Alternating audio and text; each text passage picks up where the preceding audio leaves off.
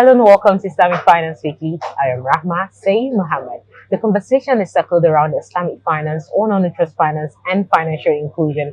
And today we have the person of none other than Toyin Kekere-Ekun, the Chief Executive Officer of Lotus Financial Services, to discuss with us the impact of Islamic finance on financial inclusion to the people, especially the underserved communities. Thank you so much, ma'am, for joining us today. Yeah, thank you so much. So let's start our conversation, right? We're talking about financial inclusion today. I mean, that's always the subject of the matter. So let's talk about how Islamic finance, you as one of, being in one of the pioneers of non-interest assets management company in Nigeria, how would you assess the role of non-interest finance in advancing financial inclusion, particularly for the underserved communities? All right, thank you so much for that. So one thing we observed back in the day when it started was that a lot of people who didn't want to earn interest were keeping their monies in current accounts, earning nothing.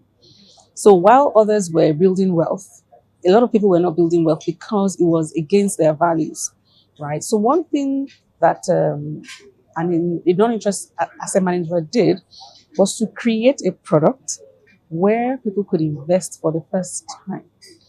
And that has gone a really long way today. So you now have equity products, you now have fixed income products that people can invest in and a return rather than leaving their money idle.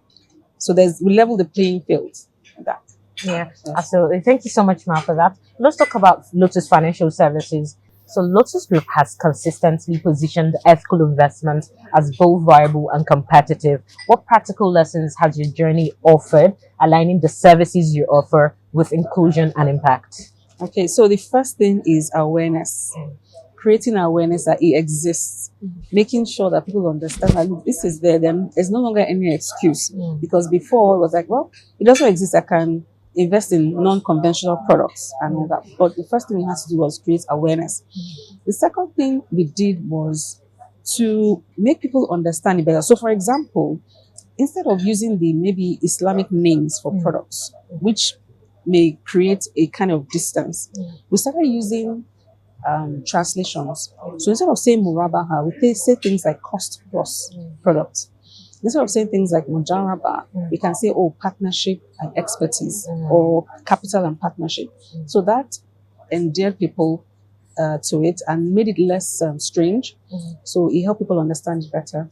Another thing we did is making sure that the minimum investment was very low, very, very low, so that anybody could invest, right? And another thing we did was making sure that it was mutual funds. A mutual fund is like an investment vehicle where people can bring in funds in any amounts they like, and then a professional manages the funds and invest large amounts into fantastic transactions. So by creating a mutual fund, we ensure that you could invest as little as 5,000, and then get the benefit of someone that has 100 million, because they all invest in the same transaction. So that's what one of the things that we do. Absolutely. Thank you so much for that. So from an investment and capital markets perspective, what gaps still exist in Nigeria's non-interest finance ecosystem that limits wider participation and inclusion? Okay, so there's a dearth of products. So one of the most popular products is the sukuk, right? And however, the government sukuk is issued just once a year, which is why it's always oversubscribed, because there's not enough of it. And another thing is it limits the liquidity in the market. People buy sukuk and hold on. Nobody wants to sell, right? And so, because if you sell your sukuk, what are you going to do with the money? There's no other product in the long-term product that you can invest in. So that's why people hold on to these things. So creating more products, more innovation. Right, more innovation, not just fixed income or equity, more products that can meet customer needs, and of course, going digital. Going digital is also important, which will also, help spread the products wider, allow for more participation, and is also cheaper in the long run. So absolutely. Thank you so much for that, Ms. Toyin Kekere. Then, how can non-interest finance investment products such as Sharia compliant funds and sukuk be better structured? I mean, you just mentioned sukuk being one of those instruments. So how can these be structured or communicated to attract first-time and retail investors? Okay, so one of the things that the government has done, right? The DMO has done consistently is to ensure that when a sukuk is issued, we don't just concentrate on the institutional investors. There is a campaign on the retail investors. So you go radio, Yeah. you go TV, you do flyers, right, to ensure that it gets to the streets. And then recently we even started using influencers, right, to ensure that whether you use Instagram, you go to or whatever traditional media or social media, you get to see what the product is about. And then we break it down. We explain what the product is financing. We explain the tenor. We explain the return. We explain the fact that, it's a tax-free. We explain the fact that you can use it to secure a loan, for example, and so we make sure we break it down to show that this is what you can benefit from investing. So not only do you get a return, you can also use it to do several other things.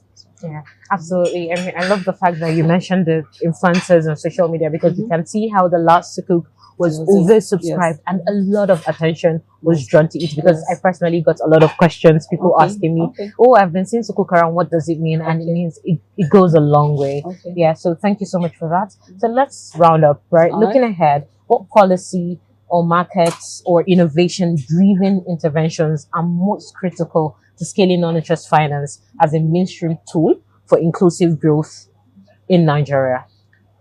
Just one thing, more sukuk. The thing is that the non-interest finance institutions are so liquid, right? And being so liquid means that there is a dearth of where to place the money to grow, right? But once they can grow, the industry grows. And the main thing is sukuk. So like I said, sukuk is just done once a year. But you have the conventional space, they have bonds all year round. So which means that the field is not a level playing field.